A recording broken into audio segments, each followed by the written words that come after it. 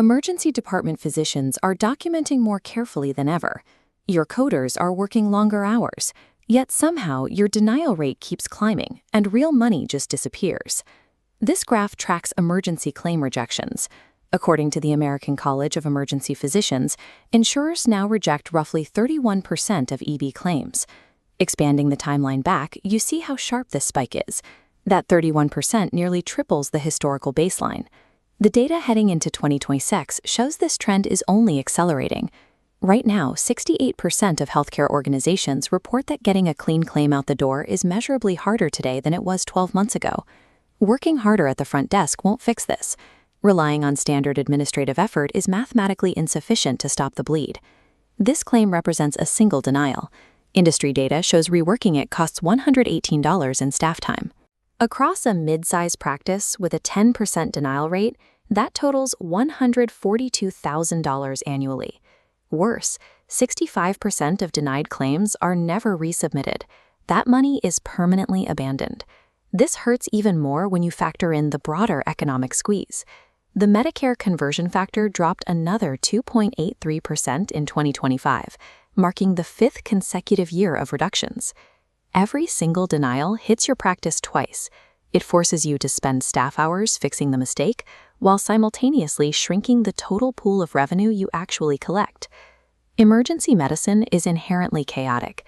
Physicians make split-second decisions with no prior patient history, and notes are often written hours later when shifts end. The clinical details are frequently vague. That vagueness makes coding highly volatile.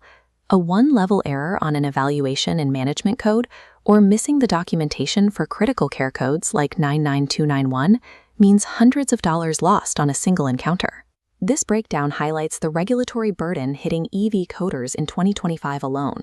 The CPT code set saw 420 specific changes, including 270 new codes, 112 deletions, and 38 revisions. Staying current on those rules is a full-time job.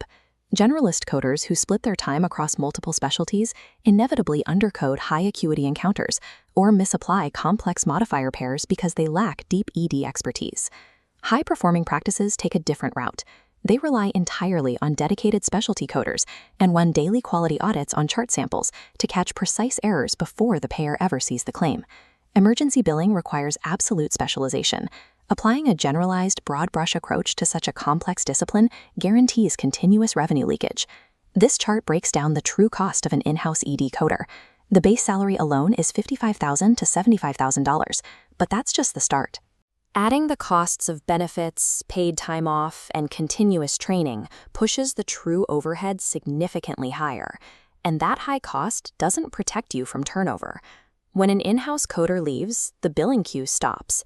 Backlogs form instantly, and your cash flow stalls. Replacing that specialist means losing months of productivity. You have to rebuild all that institutional knowledge around specific payer quirks and claim-level audit triggers from scratch. This triggers a brutal cycle. Vague physician documentation forces a new coder to be conservative.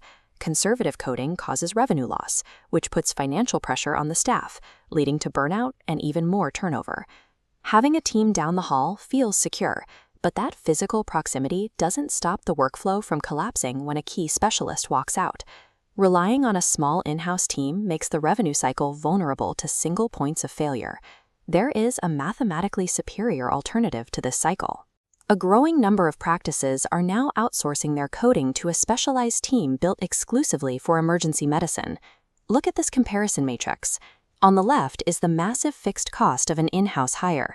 On the right is the Staffingly model, offering a drastically smaller variable cost, just $399 per week for a dedicated seat, or $349 at volume.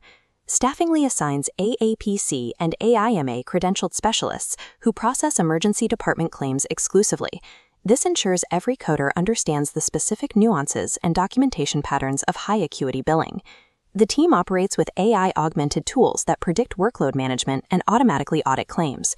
They flag potential errors before submission, driving the total error rate across their client base below 1. This specific outsourcing model shifts your practice away from a high-cost, fragile workflow and replaces it with a low-cost system that easily scales with your patient volume. Of course, allowing a third party to access patient records naturally raises red flags for compliance officers and practice owners. That's why Staffingly operates inside a secure digital vault.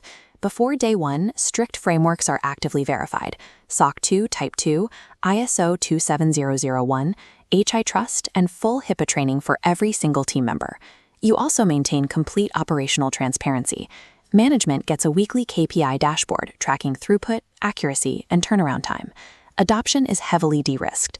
You start with a 14-day pilot program to verify the fit, and after that, it's strictly month-to-month with no long-term contracts. Continuing with a legacy billing model means accepting a 31% denial rate. Moving to a specialized outsource system stops that revenue from being left on the table.